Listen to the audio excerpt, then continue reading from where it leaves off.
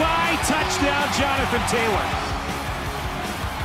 Michael P. Ryan tight ropes the sideline. He's going to take it for the Gator. Touchdown. Michigan, a big game. He's in for the touchdown. That's ball game. You get the sense there's a little magic this year.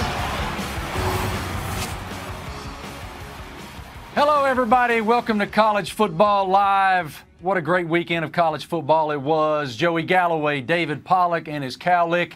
And I'm Marty Smith. The game of the weekend was in Gainesville, Florida, as Todd Grantham and the Florida Gators defense dialed up a great game plan to confuse Bo Nix and Auburn into 3 interceptions and win that game of the weekend 24-13 at home against a top 10 opponent. Joey, let's get started right there. What did we learn about Florida on Saturday? I think one of the things we found out is Kyle Trask is a tough guy.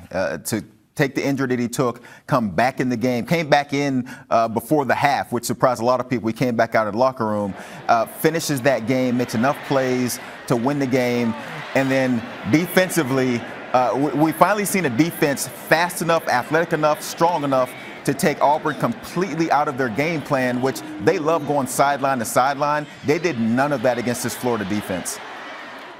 There is no doubt. When I saw that Trask hit, man, I was scared for him. I felt so bad because we know the story and the kids waited so long. It looked like his knee was gone, and then all of a sudden he's back in there leading his team. I learned that Florida could handle adversity. That's what I learned. 4 turnovers, their quarterback gets dinged. They just kept playing, and it was impressive to watch. Obviously, being at home was a huge help. The swamp was rocking, but they handled everything that came their way because, listen, you don't usually commit 4 turnovers in a game and win the ball game. That doesn't happen very often. So just kudos to Florida. Everybody doubted them. I mean, rightfully so. They hadn't showed us anything yet. Now they showed you that Dan Mullen, the offense, is good enough, even with a backup quarterback, and they can handle anything that comes their way. And that victory pushes Florida to number 7 in the country. Of course, they have a huge one this weekend in Death Valley as they head to LSU. That gives us the All-State AP Top 10 rankings. And there's a new wrinkle this week, guys. There's a tie. Ohio State and Georgia share the 3rd spot. That's the first tie in the top 3 since 2015. And as I said, Saturday night on ESPN, number 7 Florida at number 5 LSU in Death Valley. And Pollock and the folks on College Game Day will be in the house for that one. So, guys, let's discuss this top 10. What do you make of the fact that there's a tie at 3, Pollock?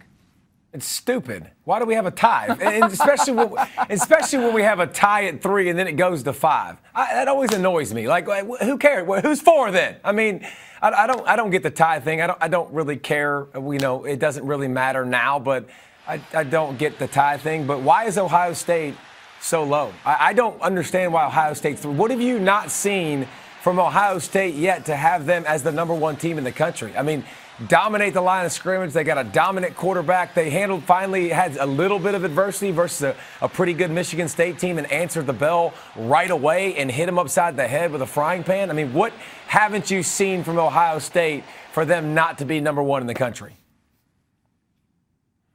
I agree with you. I don't mind the number 3 tie right now. I think you sort of answered your own question. You say, what haven't you seen from Ohio State?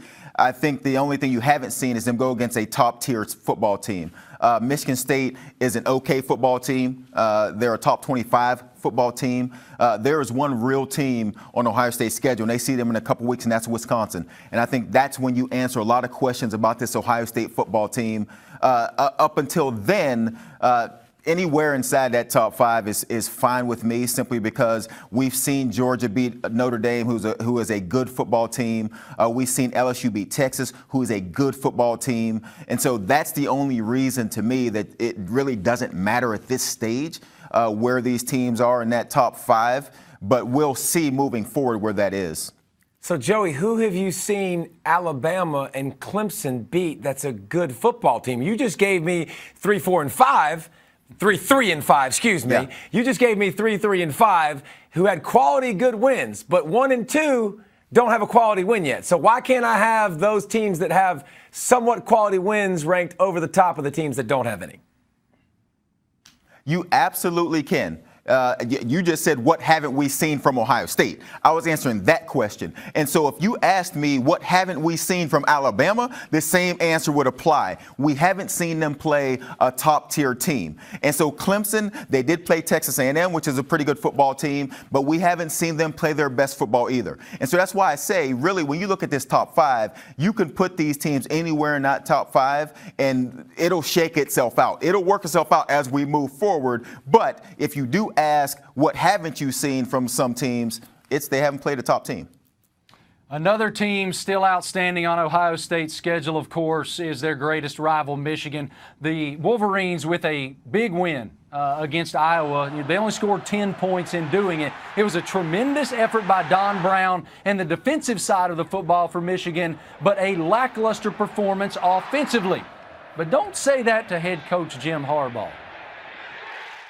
As I said after the game, I think I feel like we're very close offensively and very close to hitting the stride of hitting on all cylinders. Have really good evidence to back that up, and also just what I see. Okay, fellas, Michigan scored 10 points. They did win the game, but they scored 10 points in doing it. Coach Harbaugh says they're close to putting it all together. How close are they to putting it all together, Joey?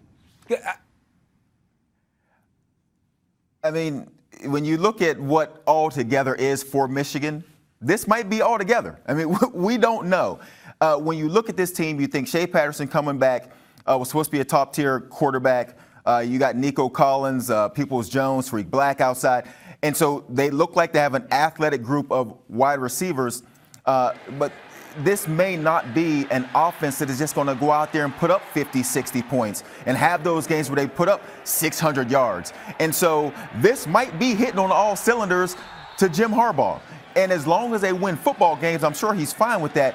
It's just not the prettiest thing in the world to watch. Okay, so first, let me give you a small peek into the small brain of me. First thing I think of, Jim Harbaugh is absolutely insane, and he's nuts. So now I think he's crazy, and I think he's lying through his teeth, or your team is going to be really sorry this year. Because if you're telling me this is almost clicking on all cylinders, you can't move anybody around at the line of scrimmage. Your defense causes 4 turnovers, and you score 10 points? 10 points? You have 200 and something yards of offense?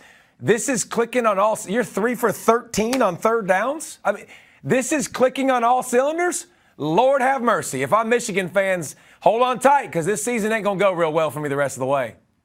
Hey, they might be driving a 4-cylinder car, and so if that's what they're driving, then that's what they're driving.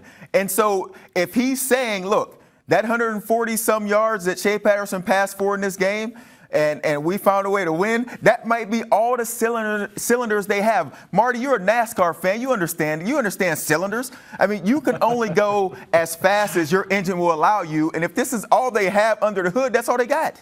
That's a golf cart, bro. That's not a 4-cylinder. That's a golf cart. Hey.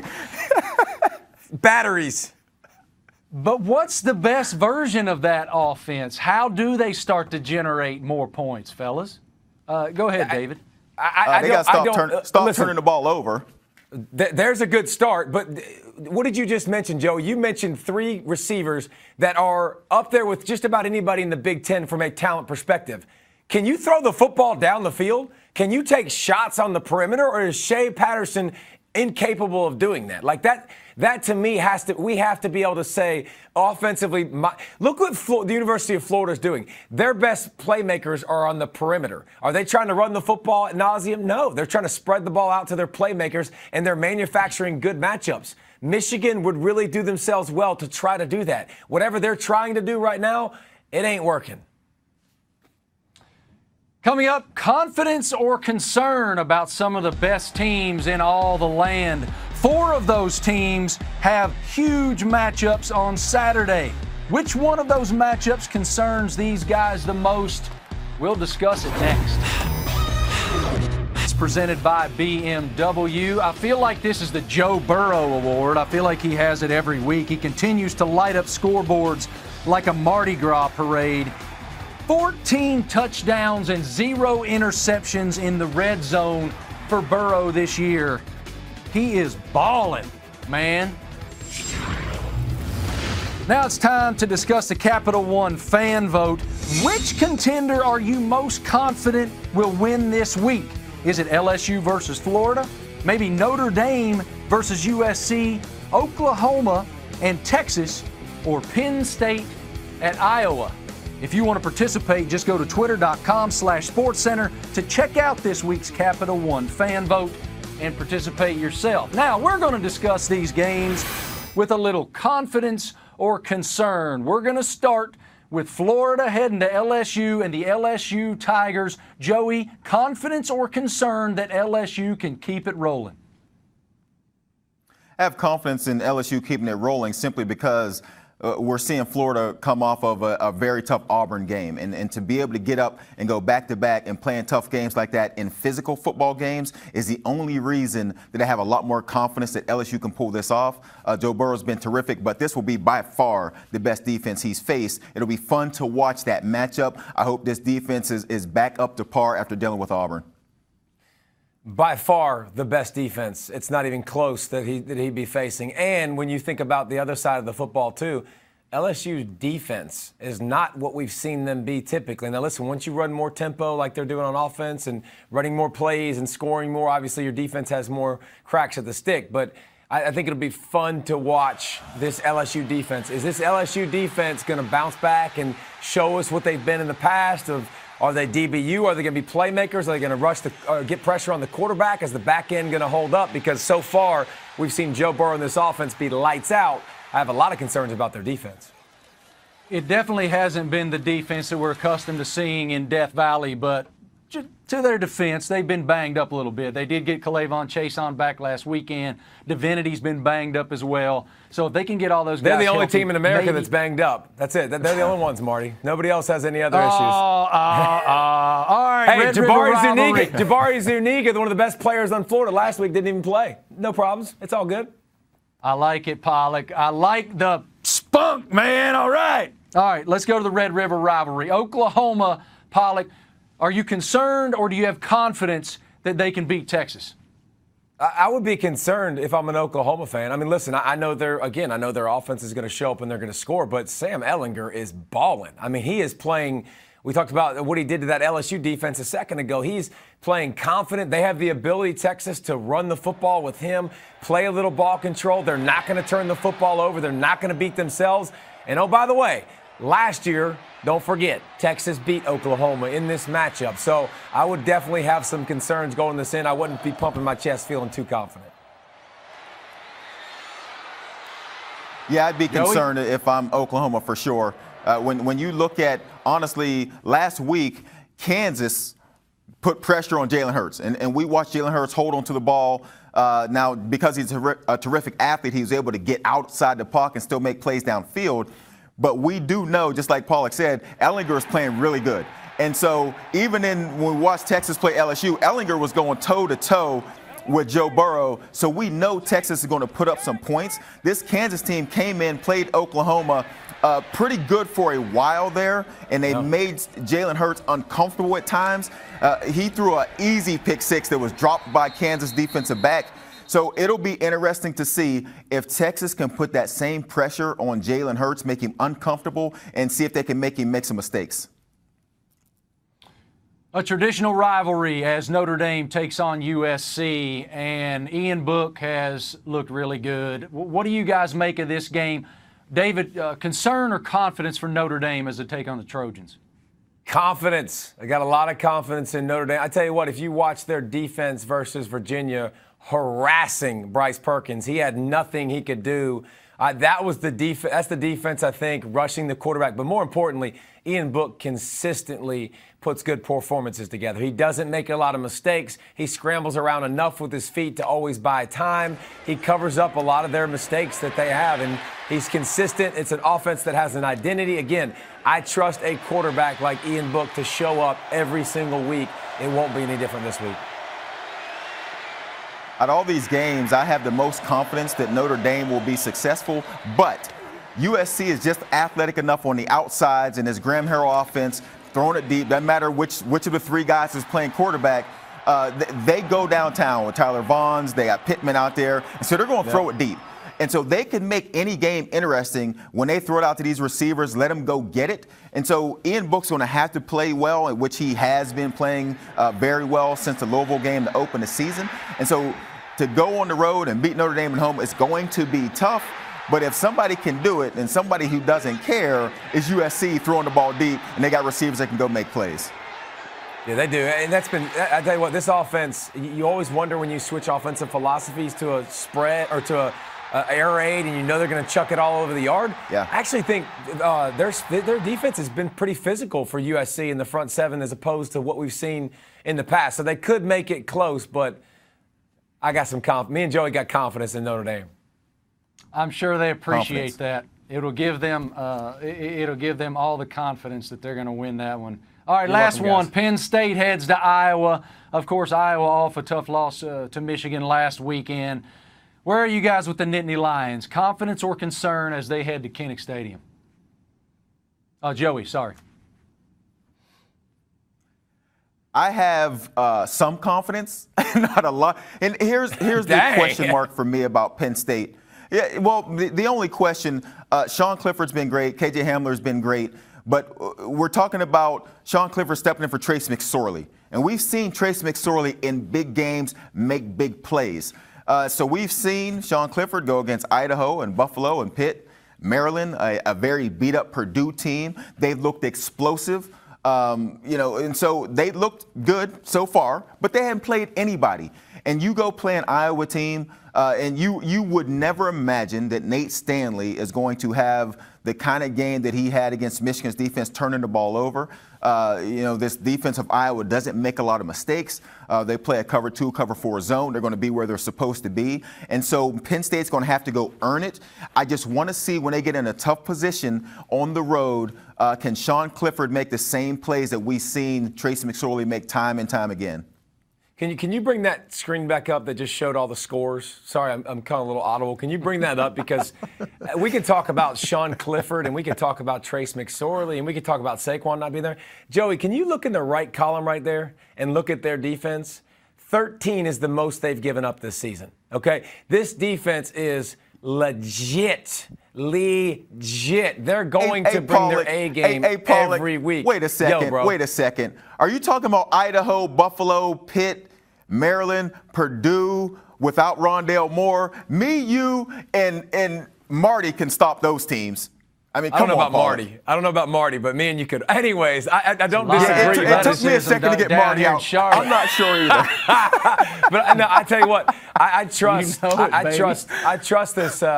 trust this defense to shut whoever they play down. And after watching Michigan absolutely destroy Iowa to the tune of 8 sacks and 4 turnovers, this Penn State defense will eat a lot. Galloway's still out there running a bunch of sprints. Pollock's working out every 13 minutes, and I got a bum wheel. And there's a reason I have 4 years of eligibility left, gentlemen. All right. Revenge is sweet. Y'all remember this? Baker Mayfield planting the OU flag at the Horseshoe? Yeah, he remembers it. We'll discuss. Told you guys Baker planting the flag in the Horseshoe just a couple of years ago. That was a controversial moment for Baker. He's had a few of those. I kind of like it myself. But on Monday Night Football, when Baker faced the 49ers, Nick Bosa, rookie defensive end from Ohio State, well, he had his own thoughts about planting the flag. Boom! Oh, that's awesome. You got to love that, man. You got to give him a lot of credit, fellas. That's thoughtful. Do you think that the Columbus fan base appreciates this? Yes, exactly. Columbus does. Columbus is all over this.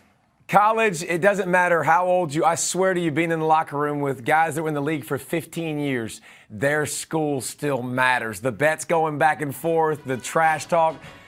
Kudos. I like it, Nick Bosa. That's College Football Live. Thank you guys for hanging out. Have an amazing day. Kelly Bryant will play for Missouri against Ole Miss.